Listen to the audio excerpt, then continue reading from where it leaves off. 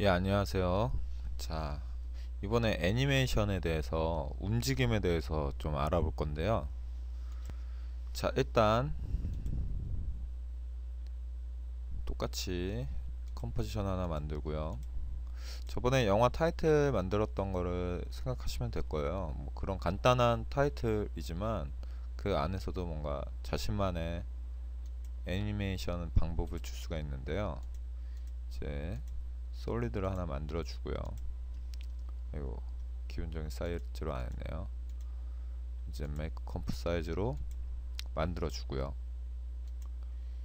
이제 램프를 줘서 적당한 컬러를 본인이 느낌을 줍니다. 저는 오렌지 컬러 쪽이 좀 좋더라고요. 좀 보기 좋다 그럴까. 자, 가운데로 빠져나가는 듯한, 살짝 티는 안 나지만 좀 더 진하게 가볼까요. 이런 식으로 해서 얘는 좀 더 연하게, 이제 가운데 살짝 컷을 줘서 가운데 이제 시야가 좀 모이는 느낌으로 줄 수 있게. 자, 이제 대충 느낌이 나왔는데요. 이제 이런 식으로 얇게 퍼지는 공간감이 느껴지는 살짝 공추입니다. 자, 이제 글씨를 만들어 볼게요. 텍스트 그냥 놀이섬이라고 할게요. 놀이섬. 저희 놀이섬 많은 홍보 부탁드릴게요, 보신 분들에게. 자, 이제 패러그래프에서 가운데로 맞춰주시고 편하신 대로 해주시면 됩니다. 이제 바깥쪽 라인은 없애줄게요. 안쪽 컬러로만. 지금 노란색이 좀 눈이 아플 수도 있겠네요. 컬러를 바꿔볼까요? 아니면 블루 계열도 나쁘지 않죠. 노란색에서 블루로 빠지는 것도 느낌이 괜찮습니다. 이뻐요, 컬러가. 일단 눈에 시력이 좋게 블루 계열로 가겠습니다.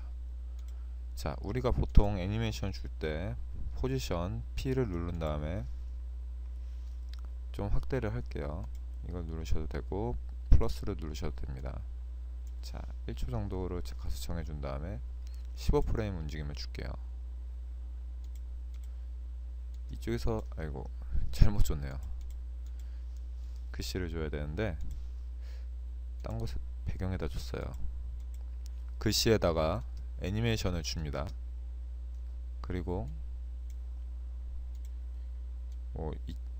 15프레임 또 있다가 또 밖으로 나가는 애니메이션입니다. 보시면 단순하죠. 그냥 별거 없습니다. 근데 값이 일정합니다. 실제적인 값은 지금 정확히 일정하다고는 할 수도 있지만 그 움직임에 대한 모션 값은 일정하지가 않는데, 자, 이 움직임에 대한 그래프를 볼 수 있는 게 여기 보시면 그래프 에디터가 있습니다. 이걸 눌러주시면 이 글씨가 움직이는 운동 값이 보입니다. 일정하게 움직였다가 여기서 움직임이 없다가 일정하게 또 간다, 이런 겁니다. 근데 재미가 없죠. 이런 그래프를 보면서 작업을 하기도 하는데요. 잠시만요, 화면이 좀. 이 그래프들을 보면서 하는데 이거는 자신이 움직일 수 있습니다. 그러면 지금 별 차이는 없죠. 이 값을 그대로 움직인 채로 했으니까요. 근데 얘를 내리면서 베이지어 곡선으로 만들어 줄 수 있습니다. 보면은 곡선이 가파를수록 빨리 가는 거고 여긴 천천히 간다는 뜻인데 티가 별로 안 나네요. 얘를 내려줘 볼까요?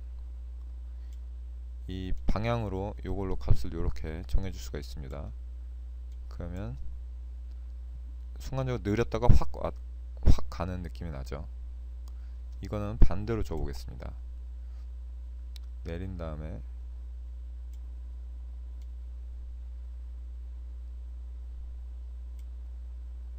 똑같은 값이 되죠. 이러면 이쪽을 내려서 값을 올려줬습니다. 그러면 갔다가 휙 하고 여기서 천천히 움직이는 게 사라질 때 이쪽에 보이시죠? 이 움직임이, 이런 움직임을 줄 수가 있어요. 근데 나는 이건 잘 힘들다, 그럴 때는 이걸 보시면 모양들이 바뀌어 있습니다. 이거를 바꾸는 방법은 이 자신이 원하는 키프레임을 정해준 다음에 우측 버튼을 누르면 키프레임 인터폴레이션이라고 있어요. 그러면 이제 들어오는 입력값과 뭐 나가는 입력값에 대한 그걸 정해줄 수가 있어요. 그래서 뭐 여기를 오토 베이지어로, 이제 베이지어 값으로 바꿔준다. 이제 베이지어는 곡선이죠. 그러면 천천히 왔다 들어왔다 했는데 그래프를 보면 부드러워진다는 걸 알 수 있어요. 지금 값이 크지가 않기 때문에 눈으로 티가 안 나지만 지금 만일에 뭐 7프레임 정도로 간다면 더 티가 안 나네요. 이게 값에 충분히 지금 제가 보이는 것보다 더 안 줘서, 아까도 보여드렸지만 이 값에 대한 것들을 이제 이 정도로의 큰 폭이 아닌 이상 티가 잘 안 나거든요. 근데 이 정도로 주겠다 할 때, 그러니까 뭐 지금 요만큼에서 요만큼 움직이는 값이기 때문에 티가 안 나지만 실질적으로 모션 그래픽을 할 때는 엄청나게 먼 거리에서 나타나기도 하고 엄청나게 큰 값을 움직이면서 뭐 이제 사람의 시야 같은 그 카메라 값이 돌아다니는 걸 볼 수가 있을 겁니다. 그런 것들이 이제 그런 것들에 대한 애니메이션 값에 대한 기본적인 부드러움과 그런 것들을 정해주는 거라고 생각하시면 돼요. 그래서 뭐 원형을 움직임을 도는데 이렇게 도던 걸 여기를 이제 뭐 사각형 모양으로 돌 때 애니메이션 값을 순간적인 꼭지점은 좀 더 천천히 도착하겠다, 뭐 그런 거에 대한 모션을 정해준다고 생각하시면 되는데요. 쉽게 말해서 우리가 잠시만요. 그때 포토샵, 아니 이거에서 그림을 그리는 방법이 있었는데, 아 나오네요. 자, 캠타시아에서 그림을 그리는 방법인데, 이제 우리가 이건 드래그네요. 잠시만요. 아 이건가 보네요. 자, 이렇게 있으면 이 움직임을 가겠다 할 때 우리는 보통 이렇게 가서 이렇게 간다고 생각을 하지만 실제적으로 너무 딱딱하고 재미가 없게 되거든요. 방향을 이쪽을 보고 순간적으로 이렇게 돌아가는 건 재미가 없으니까 사람이 약간 요런 식으로 이제 곡선으로 움직인다고 생각하시면 됩니다. 가면서 이 무언가를 보기 위해 순간적으로 느려졌다가 다시 다 봤으니 그 다음에 난 내 갈 길 가겠다, 이런 식으로 생각하시면 돼요. 그래서 아까 같은 경우 뭐 리니어 같은 경우는 말 그대로 난 그냥 보고 그냥 갈래, 이런 느낌이고, 그 베이지어의 느낌은 제가 이 그림 그리는 툴을 안 써보다가 써서 이 그림에서 보다시피 이제 베이지어는 곡선 느낌으로 나는 저기 뭐가 있네, 좀 더 지켜봐야지, 천천히 움직였다가 이렇게 가는 느낌에서 가면 됩니다.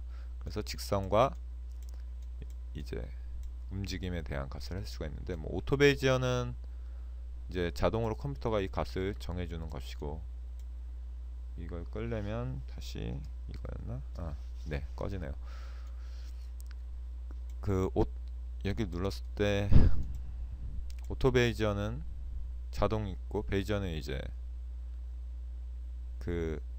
이 곡선 값이 지금 여기 이 곡선 값이 나오는데요. 이 베이지어가 움직였을 때 양쪽으로 움직여지는 베이지어가 있습니다. 양쪽 값에 대한, 그래서 그거에 대한 베이지어 값을 내가 정해주겠다 하는 거고요. 그리고 여기 보시면 컨티뉴어스 베이지어, 이어서 가는 베이지어, 말 그대로 이 부분은 건들지 않고 그 뒷부분을 건드리겠다, 뭐 이런 거라고 생각하시면 됩니다. 여기 보면은 이 멈춰진 시간부터 가는 거고, 그 다음에 교차되는 시간, 뭐 이런 거에 대한 설정을 해주시는 거고요. 기본적으로 리니어와 베이지어를 많이 쓰고요. 근데 저 같은 경우는 리니어를 준 다음에 이제 갈 때 좀 더 천천히 가겠다 할 때는 여기 보면은 이 키프레임 어시스트에 보면 이지인 이지아웃이 있습니다. 부드럽게 들어오고 부드럽게 나간다. 그래서 이지는 양쪽 다 간다. 그래서 보시면 이 모양들이 계속 이지인 하면 바뀝니다. 부드럽게 들어온다. 그리고 부드럽게 나간다. 그런 식으로 되는 거죠. 그리고 지금 움직이면서 제가 애니메이션 줄 때 이걸 움직여줬습니다. 이게 뭐냐면 이 선의 움직임 방향이죠. 지금